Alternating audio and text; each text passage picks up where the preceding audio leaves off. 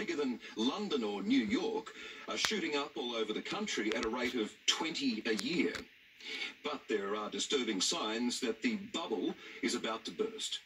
Take a visit to some of these megacities and you'll find them bizarrely empty. Brand new, shiny ghost towns. Have you ever wondered what it might be like if you were the last person on Earth? Well, I'd imagine that it would be something like this. And I've got to tell you, it is a very strange and eerie feeling. Everything is here, an entire city. All the buildings, the roads, schools, hospitals, you name it. Everything that is, except the people. And looking around, there is not a soul to be seen. It's 8:30 in the morning in Shenfu. In any other city in the world, that would be peak hour. Not here. Thought I'd just show you all a little taste of Agenda 21 in Paris. The same thing going on here, just smaller scale. Train station, stacked housing. This is just the start here, though. It'll get worse.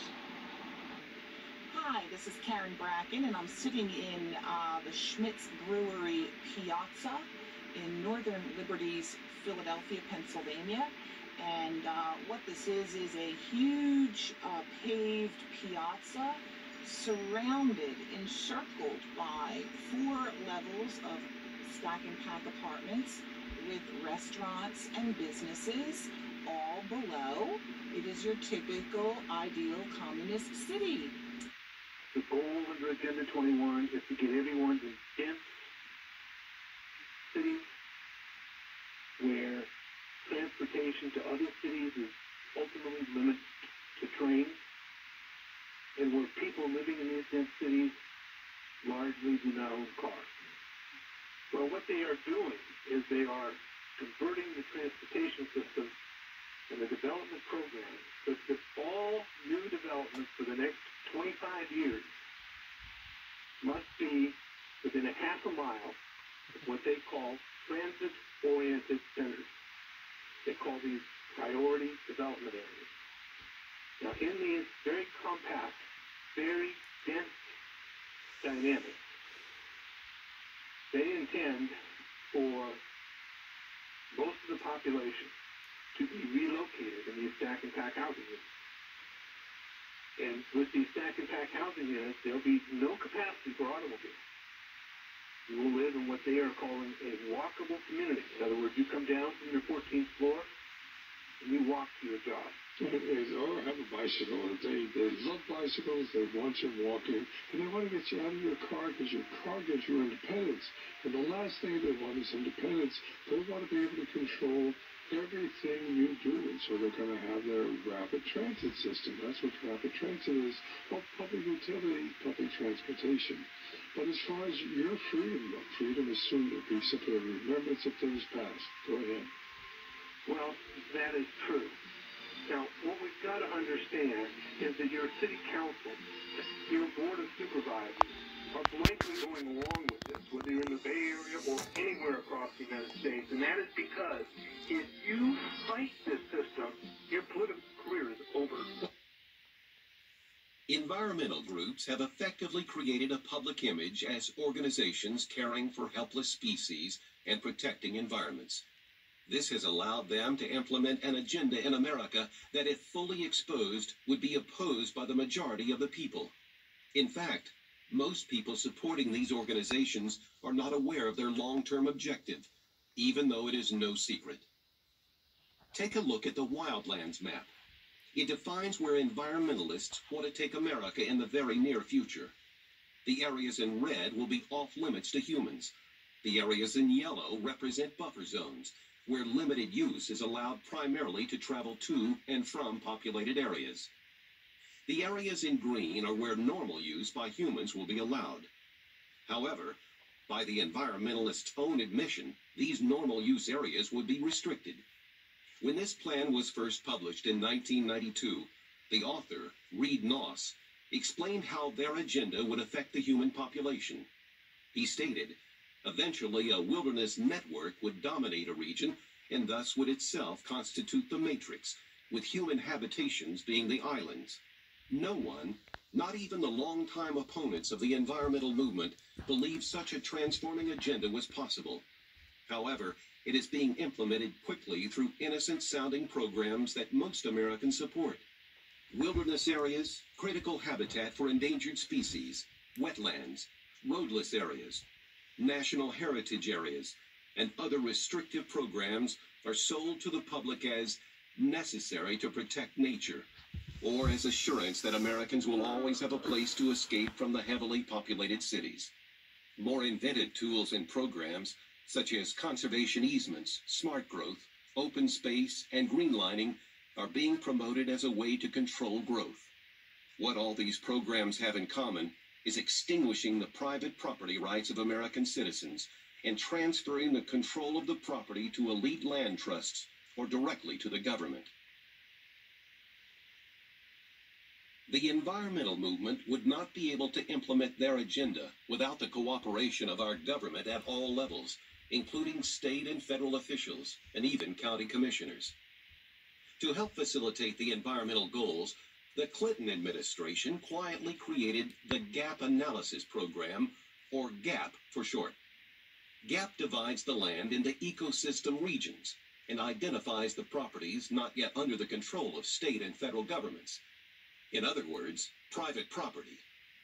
These private holdings are then targeted for preservation by government agencies and land trusts through conservation easements, purchase, and condemnation. Although the GAP program has not been completed in all states, the data from this project is already being strategically used to target landowners. Not surprisingly, the areas of protection defined by GAP follow closely along the same boundaries as those shown on the wildlands map. It is frightening to see how much of America's land has recently been consumed as a result of this agenda. For instance, the state of Florida utilized the data from GAP to implement an aggressive preservation plan called Florida Forever. Since the early 1990s, over 2 million acres in the state of Florida have been locked up through this program. The private property owners within the target area were forced to give up their land under the pressure of extreme environmental regulations, purchase, and outright condemnation. And the Florida Forever campaign is not complete. At the current rate that environmentalists are implementing their agenda in every state, in every county, and soon in every town, private property is quickly being eliminated. It will not take the 80 to 100 years they originally projected to complete their task. They are much closer to achieving their goal than anyone realizes. 6% of America's land mass is currently developed. Only 3% of America is classified as urban. Yet 77% of all Americans live in these urban areas. The rest is still largely untouched by humans. The problem is not that our nation is being overdeveloped. The problem is as old as time. It is about who will own the land. Large amounts of the nation's natural resources are still owned by private citizens. America's founders vehemently opposed the concept of government or elitists owning the land in America, which would result in the citizens being leaseholders and serfs.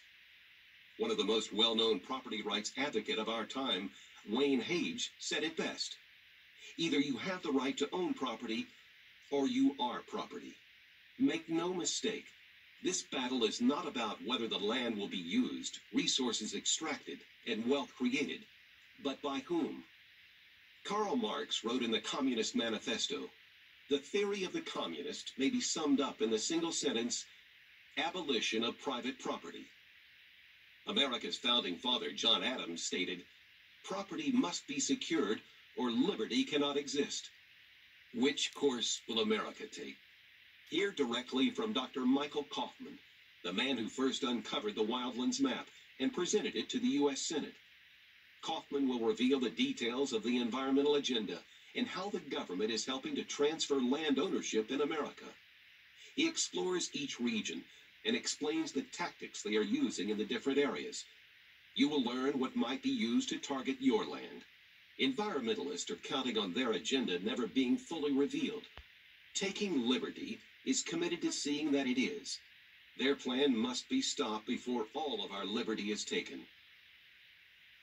Now, to get an NGO accreditation, you have to go to the United Nations. And the And the price of getting an NGO designation is that you have to become an implementer of Agenda 21 policy. I saw this in the World Economic Forum, and I had to talk about it because it's such a clear indicator of the drastic shift in society, not that we're facing in the future and generally down the road, but that is actually happening right now. It's actually taking place. And if you like your doctor and want to keep him, you're going to love this. So this was on wefforum.org. That's the Davos site, the Davos Elite. And it was written by Ida Auken, a member of parliament in Denmark. And I checked, and as far as I could find, she hasn't been to Bilderberg or anything like that. But again, she's a member of the Davos Elite. We are 7 billion people now on the planet. We're going up to 9 billion. Think about 3 billion people entering the middle class, all wanting cars, mobile phones, computers, eating meat. I mean, this is a huge pressure on the resources we have. But she appears to be very much what I assume would be a Bernie Sanders style socialist. But she's also hoping that people in the near future will own nothing. That's their big answer to income inequality. They've been talking about it at these conferences for years. They've been talking about universal income, what to do when people can't work. And their answer is people of the future will own nothing. The Davos